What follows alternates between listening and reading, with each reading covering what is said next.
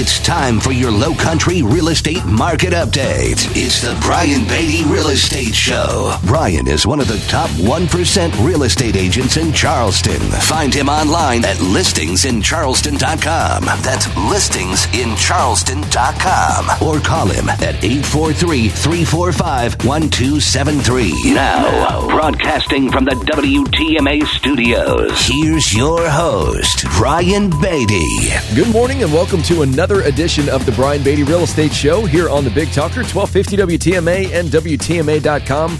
Such a pleasure to be on this program. So much to talk about. Holy cow, what a week with President Trump being impeached. And, of course, the holidays right around the corner. So we have a lot to talk about over the next hour. I want to talk first and foremost about how to deal with people when they become emotionally charged. Real estate is an emotional process. It's an emotional transaction. Anybody says that it's stress-free, frankly, just doesn't know what they're talking about. And, of course, we as agents always want you to have a stress-free transaction. But the reality is stress exists. So how do we manage it? How do we at times take advantage of it? How do we know what to look for? And how can we as real estate agents navigate the process for you to help you understand the impact of the decisions that you're going to make so that when it comes time for you to buy, sell, or invest in real estate, you know the right questions you ask. You have the information at the ready so that you can win in your transaction. That's what this show is all about. It's arming you with the information you need to succeed in today's real estate market. So again, I'm Brian Beatty. And of course, if you want to reach out to me, if you're thinking about buying, selling, or investing in real estate, we've had this show for, 7 years now. We've had hundreds of episodes, all of which can be found on our website, where you can also contact me, listingsincharleston.com. That's listingsincharleston.com, or you can always call or text me. My number is 843-400-8009. That's 843-400-8009. We had a great year so far for our real estate team. Sales are up about 40%, a little more than that. So we can't do that without great folks like you. And so we really appreciate the opportunity to earn your business. So we want to talk this morning about dealing with people that become emotionally charged. I want to talk about what causes a house to sit on the market rather than sell, because we have a lot of those right now. And you're going to see a lot of those disappear from the market in a few weeks. In about 2 weeks, there will be a massive shortage of listings in our market. I'm going to tell you why. And then lastly, I really want to talk about some myths that owners believe lead to more value for their home, or at least help their home sell for more money. So I want to debunk some of these myths so that you understand before you decide to put the home on the market, that you should be armed with some knowledge about, say, renovating your home to sell, or should you replace that carpet with hardwoods? Do you need to paint? Is selling for sale by owner a good idea? All of those different things, we want to talk about that in greater detail. So let me first tell you this story, and I'm going to modify the facts a little bit just so that it's not quite so clear cut as to as to the actual experience that an agent on my team had. But as I mentioned earlier, real estate is an emotional process. It is an emotional transaction, and of course, in sales, we want to at any given point during the process, kind of tap into that emotion, help people understand why. We want to understand why you're saying the things you're saying and doing the things you're doing, and why you want to accomplish certain goals. What's that's going to do for you in your life?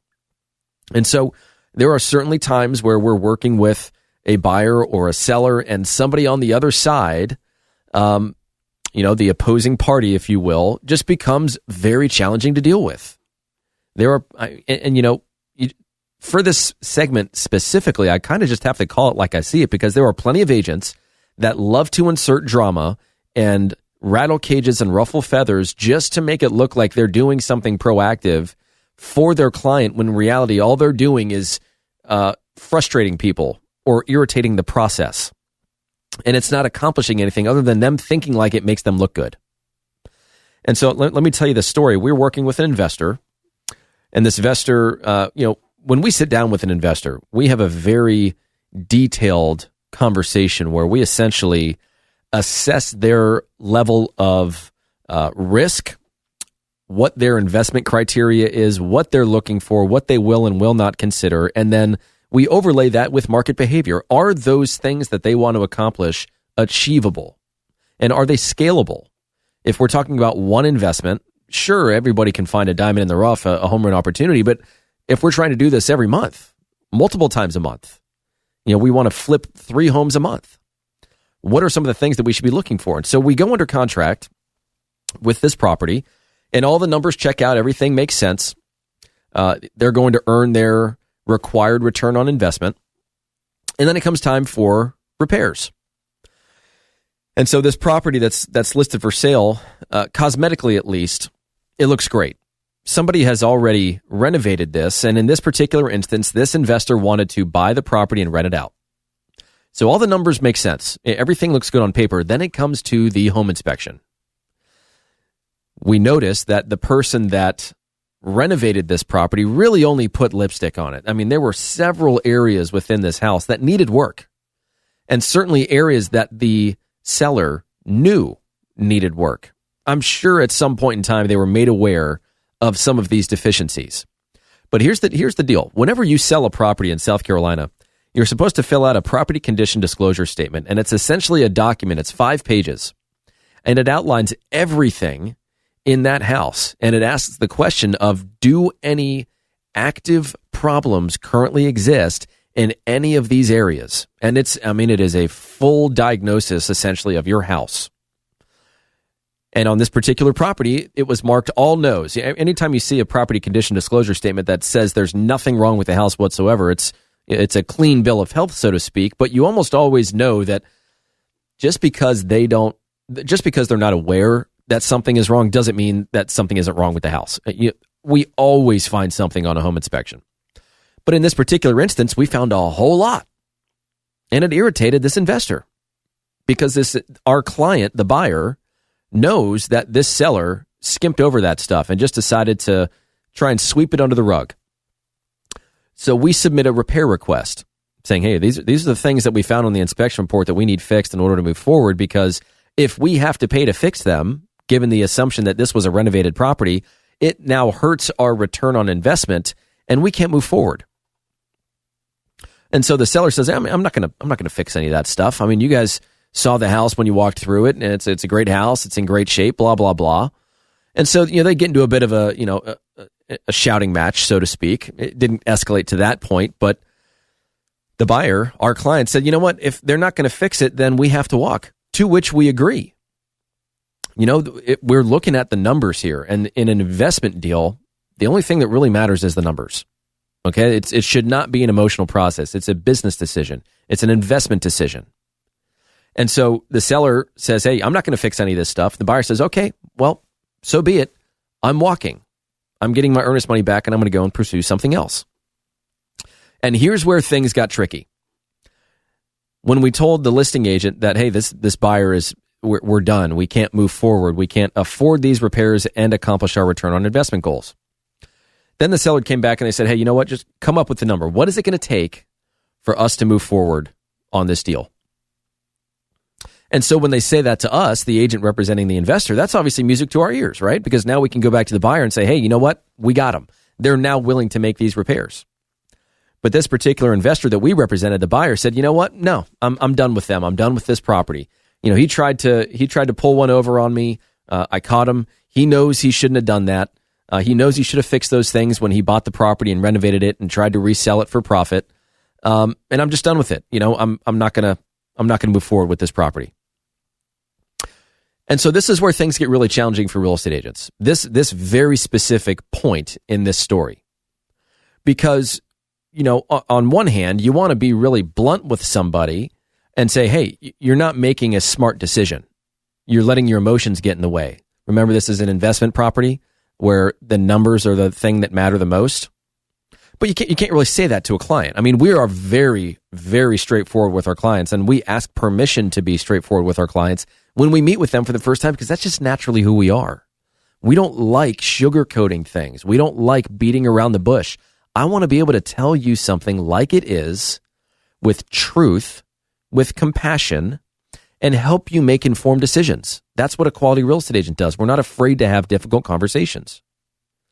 And so we're having this conversation with our client about the fact that, hey, we've got this seller right where we want them. Why don't we come up with the number? Or I mean, if you really feel that way, why don't we inflate that number a little bit and try and, make a little extra money on this deal and move forward with it?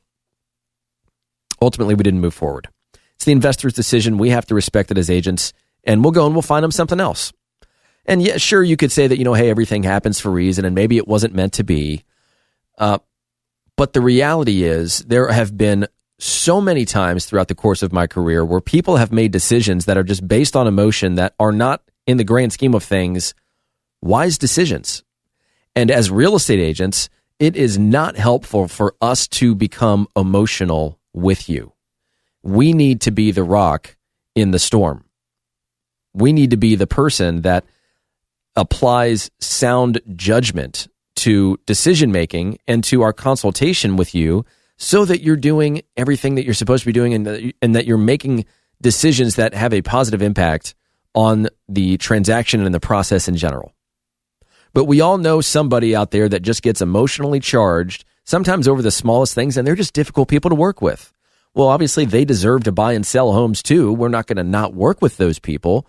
But at times, there are personality clashes that you have with yourself and your real estate agent.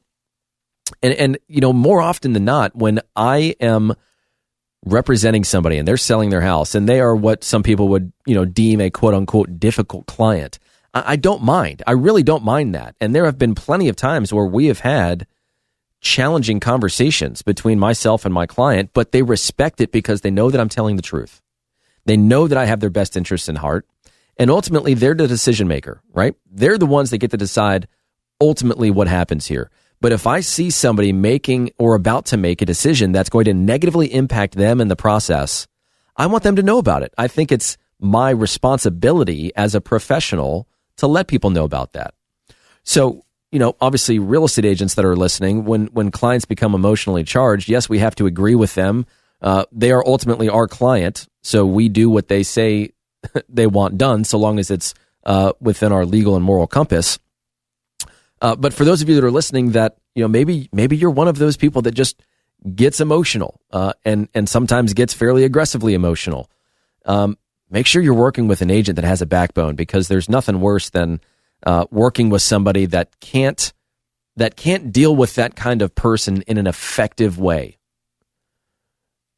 And we all get emotional over certain things. I've developed some very iron skin over my 14 years in this business because I've seen pretty much everything. And I can't say everything. I say pretty much everything, because even now I get surprised by some of the crazy things I see in some of these deals or behavior from other buyers and sellers or other agents. But the agent that you choose matters so much, especially when dealing with high stress situations like buying, selling, and investing in real estate, because it's really easy for agents to get emotional or have them kind of enter into that mindset of, oh my gosh, if this doesn't work out, I'm going to lose a commission. I got to get this person to buy this house. I've got to get them to sell their house. I can't afford for this deal not to go through. That is a very dangerous mindset for a real estate agent if you're working with that real estate agent, because now you're questioning their integrity. It could be compromised. And you don't know that unless you've really interviewed your agent and you have a really good understanding of what they stand for and what they believe in and why they're different. Do they have a mission? Do they have a purpose? Do they have integrity? Do they produce results? And are they going to be honest with you, even when it's not what you want to hear? So I encourage you, as you're thinking about your plans to buy, sell, and invest in real estate over the course of the next weeks, month, year, that you really sit down and get to know your real estate agent, have some very specific questions lined up for them, and I'm happy to provide those questions to you. In fact, if you want a list of interview questions for a real estate agent, text questions to 843-400-8009. That's 843-400-8009. Text the word questions, and I'll send you interview questions that you should be asking agents so that you know if you're picking the right one for you. And of course, you can go to my website, listingsincharleston.com, to learn more about myself and my team. And when we come back, we're going to talk about what causes a listing to sit on the market rather than sell. This is the Brian Beatty Real Estate Show on the Big Talker, 1250 WTMA and WTMA.com. We'll be right back. It's the Brian Beatty Real Estate Show. Broadcast Saturday mornings at 9 and Sunday mornings at 10 on the Big Talker, 1250 WTMA.